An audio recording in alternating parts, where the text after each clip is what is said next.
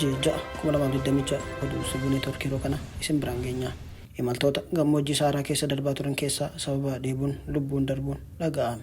Namoonni gammoojjii Saaraa keessaa konkolaataan ittiin imalaa turan hojjechuu waan dideef yeroo dheeraaf bakka onaa irratti gatamaniif baay'inni isaanii 50 ol ta'an sababa dheebuu bishaaniin lubbuun isaanii darbuun dhaga'ame. Imaltoonni sunneen feestivaala musliimotaa maaliitti qophaa'e irratti hirmaatanii deebi'aa warra turanidha jedhame. Bakka murteessaa Niijerii fi Aljeeriyaa gidduutti argamtu Asamakaa irraa kiiloomeetira 80 irratti bishaan imaltoota sanaa jalaa dhumaati. Biyyoonni bulchiinsa Ingiliz jala turan ibsa baasaniin iddoo baay'ee ho'aa ta'etti sadarkaa socho'uu dadhabanirra ga'an waan isaaniif barbaachisu tokkollee argachuu waan hin dandeenyeef lubbuun turuu rakkisaa ture jedhan. Namoota imalarra turan sana keessaa kan lubbuun hafan nama 2 qofa. Konkolaataan ittiin imalaa turan magaalaa Maalii Teelahandaak irraa wayita ka'u kallattii dogoggoree akka ture ibsameera. Konkolaachisaa fi imaltoonni guyyaa guutuu konkolaataa sana suphuuf yaalii taasisanis hin milkoofne jedhame. Bishaanis jalaa dhumee ture. Ho'aa akkaan hamaa ta'e keessatti ukkaanfamanii turan. Konkolaataa cinatti reeffa namoota hedduutu argame jedhame. Namootni du'an bakka tokkottis awwaalaman. Bakka konkolaataan itti cabeerraa iddoo dhiyootti argamtutti ammoo konkolaataan biraan namoota 60 fe'ee hojii ala ta'e argamuun ibsame. Imaltoonni konkolaataa kana suphuuf guyyoota 3 yaalanis homaa hin milkoofne jedhama.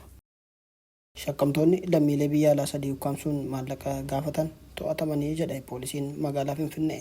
Itoophiyaatti bakka bu'aan imbaasii Sri Lankaa caamsaa 15/2018 akka lakkoofsa Itoophiyaatti lammiilee Sri Lankaa hojiif gara Finfinnee deeman 3 achi buuteen isaanii dhabamuu poolisii magaalaa Finfinneetti himee ture. Maatiin isaanii Sri Lankaa jiranitti bilbilamee tokkoon isaanii doolaara 30,000 akka kaffalan gaafatamuu caamsaa 18/2018 akka lakkoofsa Itoophiyaatti imbaasichi waajjira olaanaa qajeelcha poolisii Booleetti beeksisee ture. Waajjira poolisii magaalaa Finfinneetti qajeelchi qorannoo yakka shakkamtoota to'annoo jala oolchuuf qorannoo jalqabe. Poolisiin odeeffannoo teekinooloojiin deeggaramee fi qaamolee kaan waliin ta'uun qorannoo geggeesseen lammiilee Sri Lankaa 3 buufata xiyyaaraa irraa konkolaataa Suzuki Diizaayirii koodii 2C4061 taateen akka imalaa turan bira gahee ture. Gareen hordoffii taasisaa ture konkolaatichaa fi lammiilee Itoophiyaa 2 fi lammiilee Paakistaan kan ta'an nama 4 walumaagalatti namoota 6 to'annoo jala oolche. Shakkamtoonni sunneen lammiilee Sri Lankaa 3 magaalaa Finfinnee keessaa baasuun magaalaa Shaashamannee galchaniiru.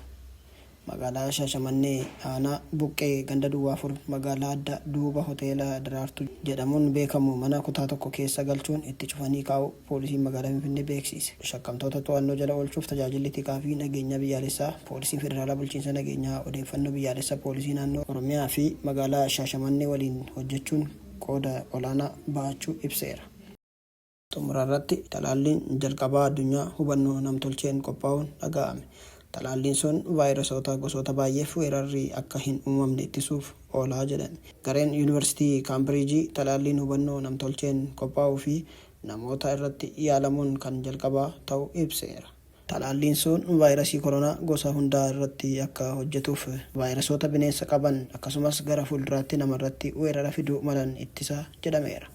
Hojiin talaallii sun sadarkaa jalqabaarra jira. Garuu gareen sun talaallii Iboolaa fi qufaa ittisuu danda'u hojjetaa jiru jedhame. Talaalliin